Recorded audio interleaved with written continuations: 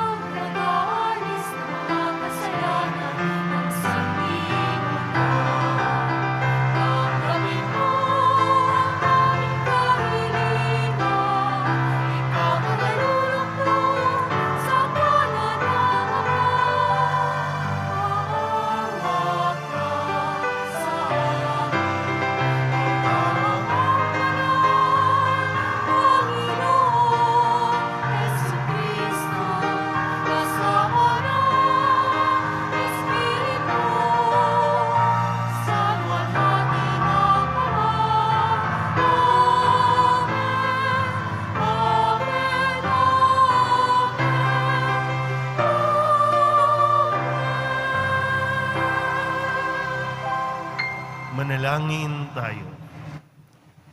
Ama naming makapangyarihan, lagi nawang magalak ang iyong sambayanan sa pagkakataon ng bagong kalooban upang sa kadakilaang dulot ng pag-anib sa iyong angkan, ang araw ng pagkabuhay ay maging pag-asa sa pagdiriwang sa pamamagitan ni Jesucristo kasama ng Espiritu Santo magpasawalang hanggan.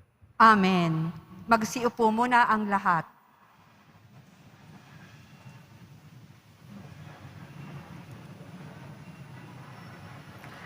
Pagbasa mula sa mga gawa ng mga apostol. Noong mga araw na iyon, ang mga apostol ay siniyasat ng pinakapunong saserdote. Mahigpit naming ipinagbawal sa inyo ang pangangaral sa pangalan ng Jesus na iyan, wika niya. Ngunit tingnan ninyo ang inyong ginawa. Laganap na sa Jerusalem ang inyong aral at ibig pa ninyo kaming panagutin sa pagkamatay ng taong iyan. Ngunit sumagot si Pedro at ibang mga apostol. Ang Diyos ang dapat naming sundin, hindi ang tao. Ang Diyos ng ating mga ninuno ang muling bumuhay kay Jesus na pinatay ninyo ng inyong ipabitay sa krus. Iniakyat siya ng Diyos sa kanyang kanan bilang tagapanguna at tagapagligtas upang bigyan ng pagkakataon ang mga Israelita na magsisit tumalikod sa kanilang mga kasalanan at sa gayon, sila'y patawarin. Saksi kami sa mga bagay na ito. Kami at ang Espiritu Santo na ipinagkaloob ng Diyos sa mga tumatalima sa Kanya. Pagkatapos pagbawalang mangaral sa pangalan ni Jesus ang mga apostol, sila'y pinalaya. Galak na umalis sa mga apostol sa harap ng Sanhedrin, sapagkat minarapat ng Diyos na sila'y malagay sa kahihiyan, alang-alang sa pangalan ni Jesus. Ang salita ng Diyos. Salamat sa Diyos. Poong sa akin nagligtas, ang dangal mo'y aking galak. Poong sa akin nagligtas, ang dangal mo'y aking galak. O Panginoon ko, sa iyong ginawa, kita'y pinupurit, ako'y iniligtas. Kaya ang kaaway ay di na nakuhang matuwa't magalak. Mula sa libingang daigdig ng patay, hinang mo ako at muling binuhay. Ako nakasama nilang napabaon sa kailaliman. Poong sa akin nagligtas, ang dangal mo'y aking galak. Purihin ang poon. Siya ay awitan ng lahat ng tapat sa mga hinirang. Iyong gunitain ang mga ginawa ng Diyos na banal. Ang kanyang ginawa ay alalahanin at pasalamatan. Hindi nagtatagal yaong kanyang galit at ang kabutihan niya'y walang wakas. Ang abang may hapis at tigmak sa luha sa buong magdamag. Sa bukang liwayway ay wala ng lungkot, kapalit ay galak. Poong sa akin nagligtas, ang dangal mo'y aking galak. Kaya't ako'y dinggin, ikaw ay bahabag sa akin, o poon, ako ay pakinggan. Mahabag ka poon, ako ay dinggin mo, at iyong tulungan. Nadama ko'y galak ng iyong hubarin, ang aking panluksa. Sa pasasalamat sa iyo, O Poon, ay di magsasawa. Poong sa akin nagligtas, ang dangal mo'y aking galak.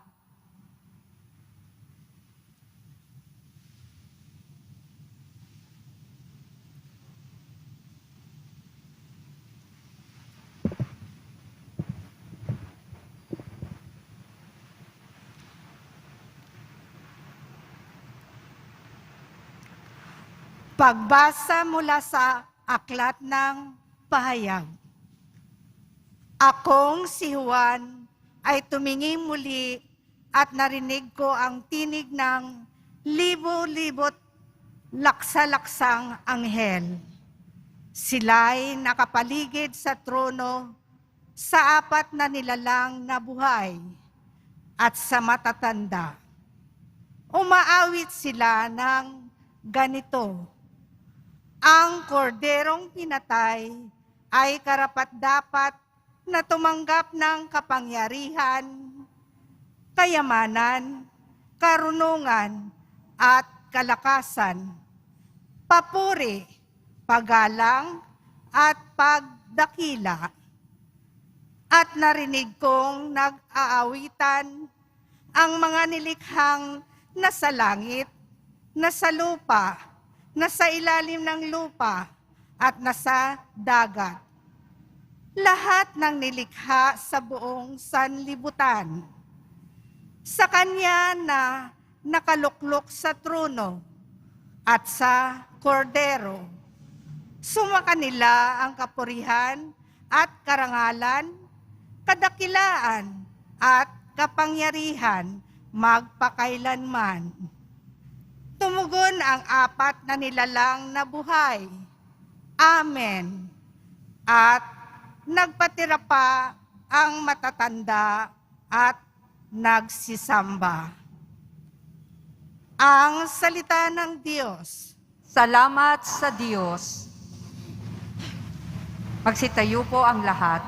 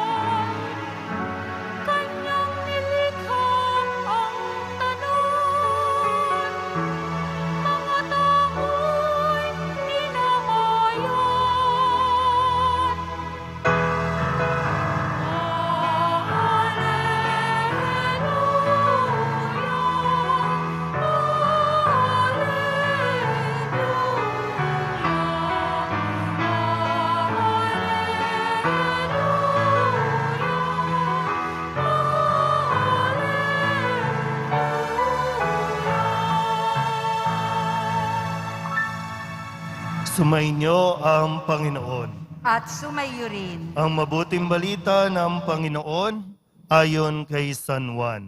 Papuri sa iyo, Panginoon. Noong panahong iyon, muling napakita si Jesus sa mga alagad sa tabi ng lawa ng Tiberias. Ganito ang pangyayari. Magkakasama sina Simon Pedro, Tomas na tinaguriang kambal, Natanael na taga-Kana Galilea, ang mga anak ni Zebedeo at dalawa pang alagad. Sinabi sa kanila ni Simon Pedro, "Mangingisda ako." "Sasama kami," wika nila. Umalis sila at lumulan sa bangka, subalit walang nahuli ng gabing iyon. Nang magbubukang liwayway na, tumayo si Jesus sa pampang, subalit hindi siya nakilala ng mga alagad. Sinabi niya, "Mga anak, mayroon ba kayong huli?" "Wala po," tugon nila. "Ihulog ninyo ang lambat sa gawing kanan ng bangka at makahuhuli kayo. Sabi ni Jesus. Inihulog nga nila ang lambat at hindi nila ito mahila sa dami ng huli. Sinabi kay Pedro ng alagad na minamahal ni Jesus, ang Panginoon iyon. Nang marinig ito ni Simon Pedro, siya'y nagsuot ng damit sapagkat hubad siya at tumalon sa tubig. Ang kasama niyang mga alagad ay sumapit sa pangpang, sakay ng munting bangka. Hilang-hila ang lambat na puno ng isda. Hindi sila gaanong kalayuan sa pangpang, mga 90 metro lamang. Pag-ahon nila sa pangpang, ay nakakita sila roon ng mga baga na may isdang nakaihaw at ilang tinapay. Magdala kayo rito ng ilang isdang nahuli ninyo, sabi ni Jesus. Kaya't sumampa sa bangka si Simon Pedro at hinila sa pampang ang lambat na puno ng malalaking isda, 153 lahat. Hindi napunit ang lambat kahit ganoon karami ang isda. Halika kayo at mag-almusal tayo, sabi ni Jesus. Isa man sa mga alagad ay walang nangahas magtanong sa kanya kung sino siya, sapagkat alam nila na siya ang Panginoon. Lumapit si Jesus, kinuha ang tinapay at ibinigay sa kanila. Gayon din ang isda. Ito ang ikatlong pagpapakita ni Jesus sa mga alagad pagkatapos na siya'y muling mabuhay. Ang mabuting balita ng Panginoon. Pinupuri ka namin, Panginoong Hesu Kristo. Umupo muna ang lahat. Isang magandang umaga po sa inyong lahat. Palapakan natin ang Pong Jesus Nazareno. Ngayon po ay ikatlong linggo ng Pasko ng muling pagkabuhay. Hindi tayo nilikha ng Diyos para pagurin. Hindi tayo nilikha ng Diyos para gutumin. Tayo po ay bago pa man, inihanda na ng Diyos ang mundo para sa atin. Pero kailangan natin magtrabaho bilang pagpaparangal sa Diyos. Sa Diyos na lumikha sa ating lahat. Kaya ito pong araw na ito, May 1, ipinapaalala sa atin lahat yung kahalagahan ng pagpapahinga. Sa araw ng linggo, pahinga tayo. Pahinga. At ano ang dapat gawin anong masarap gawin kapag nagpapahinga? Kumain. Diba? Kumain. Tingnan niyo po, itong mga alagad, ang trabaho po nila mangingisda. Noon, bago pa nila nakilala si Jesus, mangingisda sila. Dahil sa kanilang naramdaman, naranasan na mga sakit, parang nawalan sila ng pag-asa dahil nga akala nila patay na si Jesus. Akala nila nawala na ang lahat ng kanilang mga pag-asa. Kaya sabi nila, babalik tayo sa pangingisda. Mangingisda tayo muli. Pero hindi pinahintulot ni Jesus. Kaya nga magdamag, wala silang huli. Kasi hindi na yon ang kanilang buhay. Anong ginawa ni Jesus? Wala silang huli. Gutom ang mga ito. Yung huling tagpo nila, kung babalikan natin ng konti, ang huli nilang tagpo o pagsasama-sama, yung huling hapunan pa. Kumain din sila. Pinaglingkuran pa nga sila ni Jesus. Hinugasan yung paa. Binigyan ng tinapay. Bago pa nangyari ang lahat ng pagtataksil, pagtatraidor. Kinilala ni Jesus ang kanyang mga kasama. Ganon din, nagpakilala muli si Jesus sa kanyang mga kasalo sa hapag. Alam niyo minsan, no? kailangan nating suriin at tingnan din. Magandang venue kasi po ang kainan. Subukan mong magpakain. Marami kang bisita. Pero dyan po, mas nakikilala ang bawat isa. Kaya dito, matapos silang magdamag na humuli, pero walang nahuli, nandoon na si Jesus. May iniihaw na si Jesus. May niluluto na si Jesus. Bago pa niya sinabing, magdala kayo dito ng huli nyo, mayroon na akong inihanda para sa inyo. Hali kayo, kumain kayo. Napagpapatunay ni Jesus na hindi siya galit.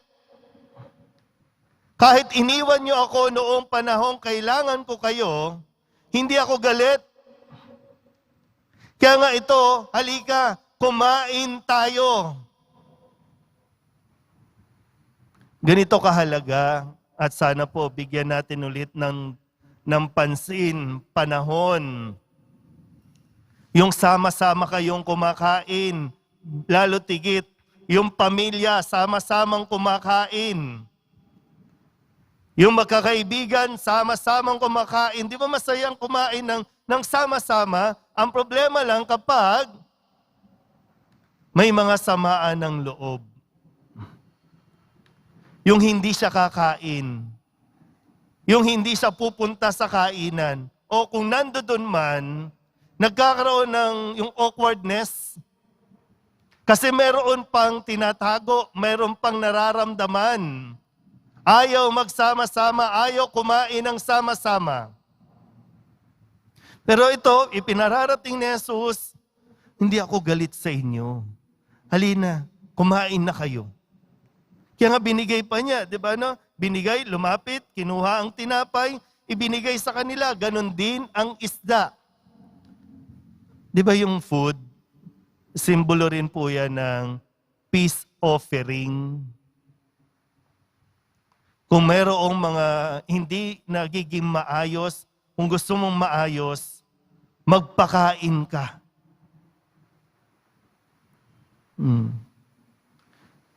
Sa misa, ito yung patuloy na ginagawa ni Jesus sa ating lahat.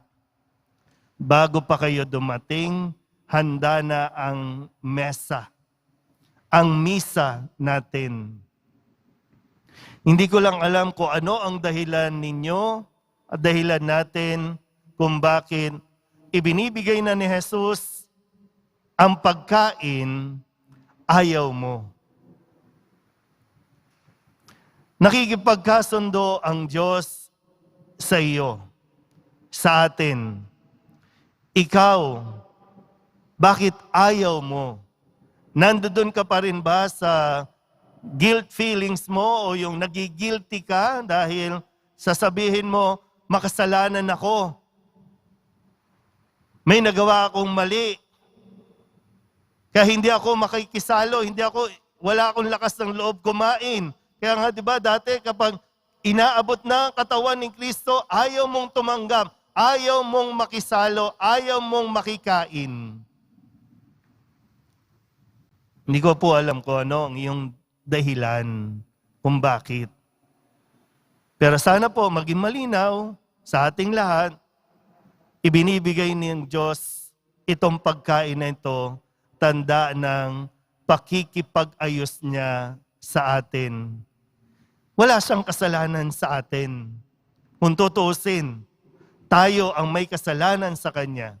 Pero ang Diyos pa rin ang handang makipag-ayos sa atin. Hinihintay lang niyang tanggapin mo siya.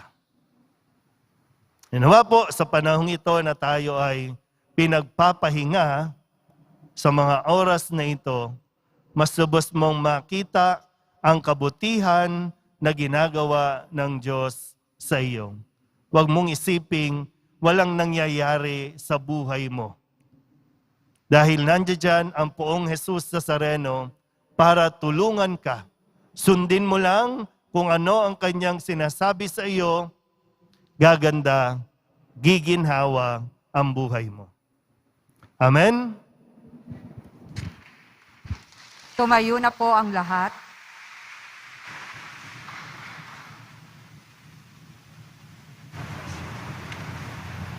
Ipahayag natin ang ating pananampalataya. Sumasampalataya ako sa Diyos Amang makapangyarihan sa lahat, na may gawa ng langit at lupa. Sumasampalataya ako kay Jesucristo, iisang anak ng Diyos, Panginoon nating lahat. Nagkatawang tao siya lalang ng Espiritu Santo.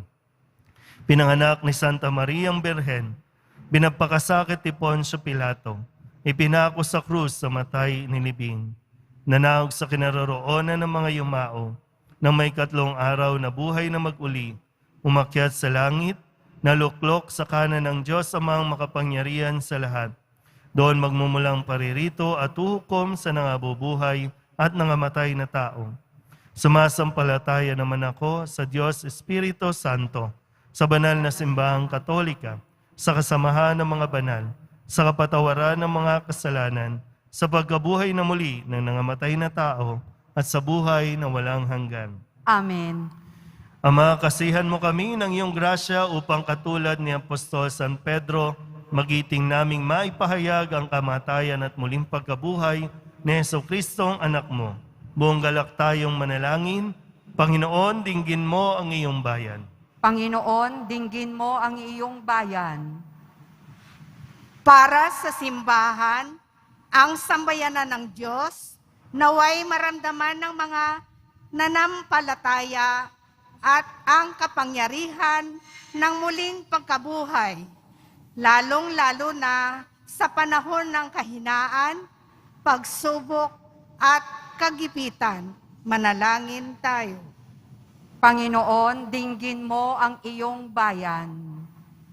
Para sa mga pinuno at naglilingkod sa simbahan at sa pamahalaan, naway lalo pang lumalim ang kanilang pag-ibig kay Hesus, ang mabuting pastol. Magsilbi nawa siyang inspirasyon at lakas sa paglilingkod nila sa bayan. Manalangin tayo. Panginoon, dinggin mo ang iyong bayan. Para sa darating na halalan, huwag nawang manaig ang salapi at pagkagahaman. Bagkus, ihalal nawa namin ang mga taong may kakayahan, katapatan, at tunay na layuning maglingkod. Manalangin tayo. Panginoon, dinggin mo ang iyong bayan. Para sa mga nalugmok sa kahirapan, sakit, at mga suliranin, naway lalo kanilang kilalanin bilang kumakalingang Diyos na nagkaloob ng lakas at kaginhawaan. Manalangin tayo. Panginoon, dinggin mo ang iyong bayan.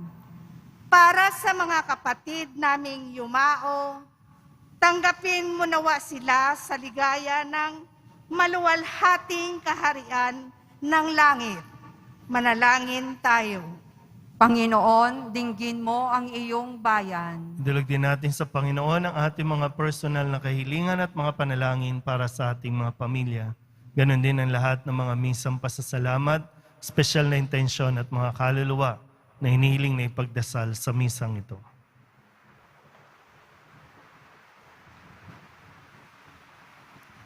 Ang lahat ng ito hinihiling namin sa ngalan ni Kristo, ang aming Panginoon. Amen. Magsiupo ang lahat.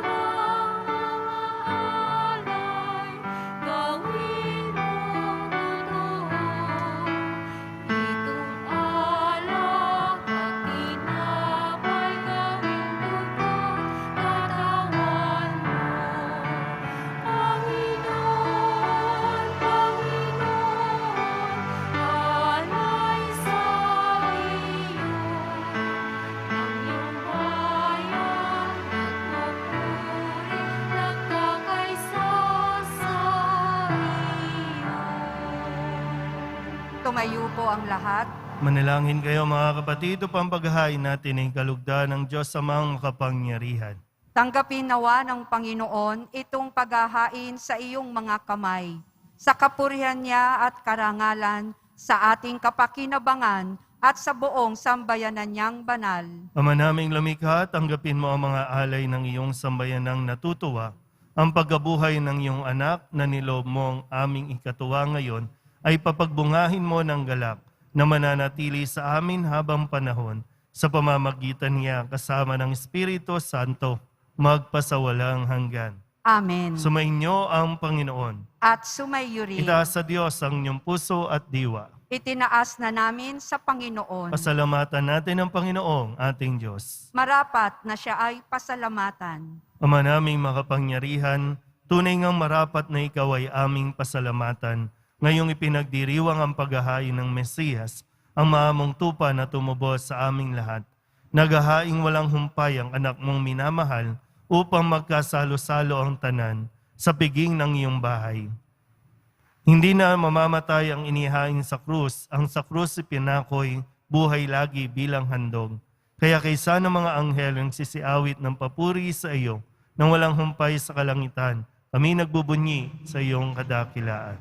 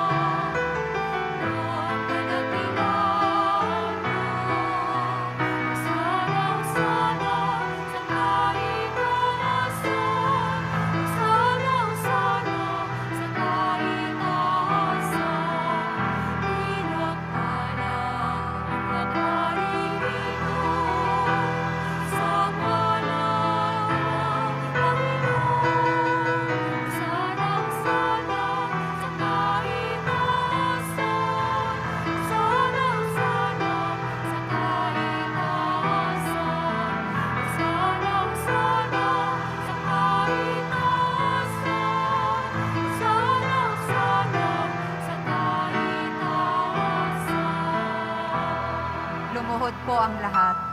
Ama naming banal, ikaw ang mukha lang tanang kabanalan, kaya't sa pamamagitan ng iyong Espiritu, gawin mong banal ang kaloob na ito upang para sa aming maging katawan at dugo ng aming Panginoong Heso Kristo.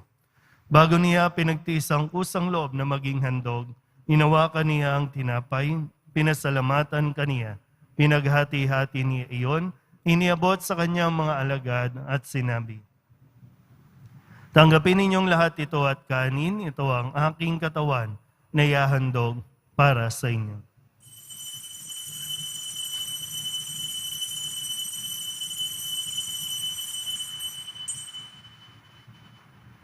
Gayun din naman nang matapos ang hapunan, inawakan niya ang kalis, muli kaniyang pinasalamatan. Iniabot niya ang kalis sa kanyang mga alagad at sinabi, tanggapin ninyong lahat ito at inumin. Ito ang kalis ng aking dugo, ng bago at walang hanggang tipan. Ang aking dugo na ibubuhos para sa inyo at para sa lahat, sa pagpapatawad ng mga kasalanan. Gawin ninyo ito sa pag-alaala sa akin.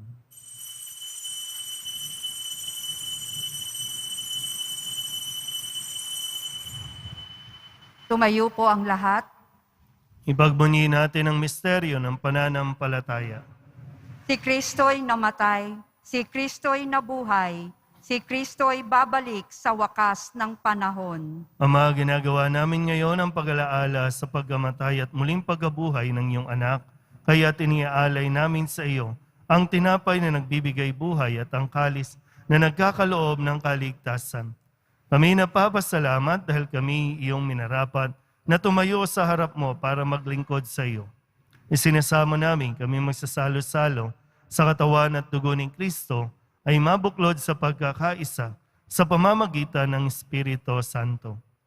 Ama, lingapin mo ang iyong simbahang laganap sa buong daigdig. Puspusin mo kami sa pag-ibig kay San Francisco na aming Papa at ni Jose na aming Obispo at ng Tanang Kaparian. Alalahanin mo rin ang mga kapatid naming nahimlay na may pag-asang sila'y muling mabubuhay, gayon din ang lahat ng mga pumana. Kawaan mo sila at patuloyin sa iyong kaliwanagan. Kawaan mo at pagindapating kaming lahat na makasalo sa iyong buhay na walang wakas. Kaysa ng mahal na Birhen Maria na Ina ng Diyos, ng kabiyak ng puso niyang si San Jose, kaysa ng mga apostol, at ng lahat ng mga banal na namuhay dito sa daigdig ng kalugod-lugod sa iyo, may pagdiwang nawa namin ang pagpupuri sa ikararangal mo sa pamamagitan ng iyong anak na aming Panginoong Hesukristo. Sa pamamagitan ni Kristo, kasama niya at sa Kanya, ang lahat ng parangal at papuri ay sa iyo, Diyos Ama, makapangyarihan, kasama ng Espiritu Santo, magpasawalang hanggan.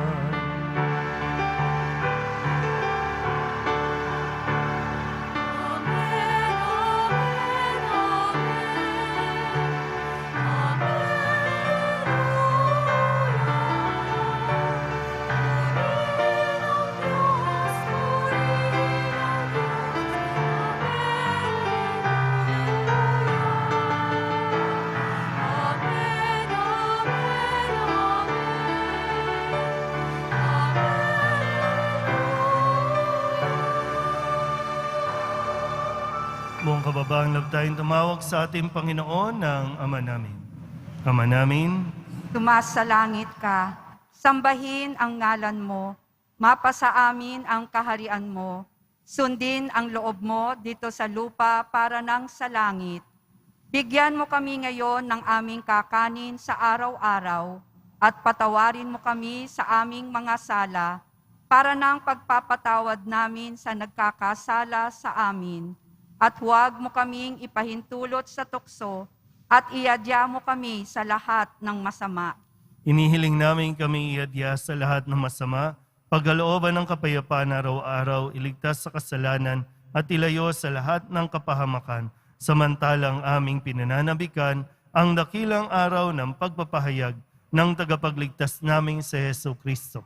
Sapagkat iyo ang kaharian at ang kapangyarihan at ang kapurihan magpakailanman. Amen. Panginoong Hesukristo, sinabi mo sa iyong mga apostol, kapayapaan ang iniiwan ko sa inyo, ang aking kapayapaan ang binibigay ko sa inyo. Tunghayan mo ang aming pananampalataya at huwag ang aming mga pagkakasala. Pagkalooban mo kami ng kapayapaan at pagkakaisa ayon sa iyong kalooban, kasama ng Espiritu Santo, magpasawalang hanggan. Amen. Ang kapayapaan ng Panginoon ay laging sumainyo. At sumayo rin. Magbigayan po tayo ng kapayapaan sa isa't isa.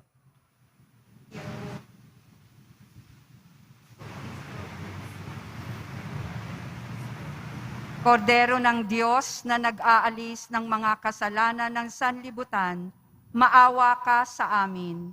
Kordero ng Diyos na nag-aalis ng mga kasalanan ng sanlibutan, maawa ka sa amin. Kordero ng Diyos na nag-aalis ng mga kasalanan ng sanlibutan, ipagkaloob mo sa amin ang kapayapaan. Magsiluhod po ang lahat. Ito ang kordero ng Diyos. Ito ang nag-aalis ng kasalanan ng sanlibutan. Mapalad ang mga inaanyayahan sa kanyang piging. Panginoon, hindi ako karapat-dapat na magpatuloy sa iyo. Ngunit sa isang salita mo lamang ay gagaling na ako.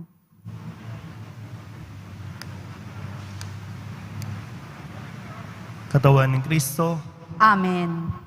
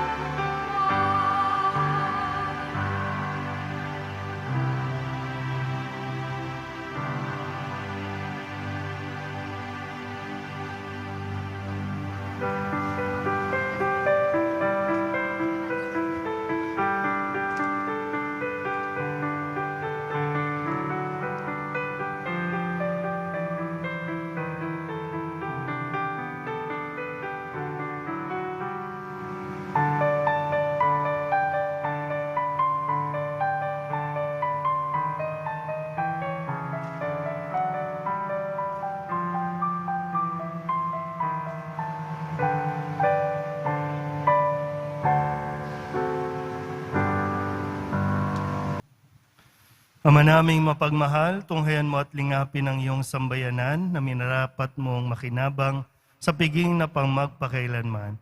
Ipagkaloob mong kami maluwalhating makarating sa pagkabuhay na magtatampok sa amin sa iyong piling. Sa pamamagitan ni Jesucristo kasama ng Espiritu Santo, magpasawalang hanggan. Amen. Ang Panginoon, At sumaiyo rin. manalangin tayo para sa pagbabasbas. Mahal na pong Jesus Nazareno, inihayag mo sa pamamagitan ng krus ang walang maliw na pag-ibig ng Diyos sa sangkatauhan. Pakinggan mo ang kahilingan ng iyong angkan na nagsusumamo sa iyo. Makamtanawa nila ang iyong katugunan at tanggapin ang kasagutan na may utang na loob na tinatanaw. Basbasan din po ninyo mga dala-dala nilang mga imahin at dasalan. Sa pamamagitan ng bendisyon na ito, naway maalala nila ang mga pangako nila noon sa binyag na ikaw ang kanilang ibigin at paglilingkuran bilang Panginoon magpasawalang hanggan. Amen. At pagpalaing kayo ng makapangyarihang Diyos, Ama at Anak at Espiritu Santo, Amen. umayo kayong taglay ang kapayapaan ng poong Jesus Nazareno. Salamat sa Diyos. Magandang araw po.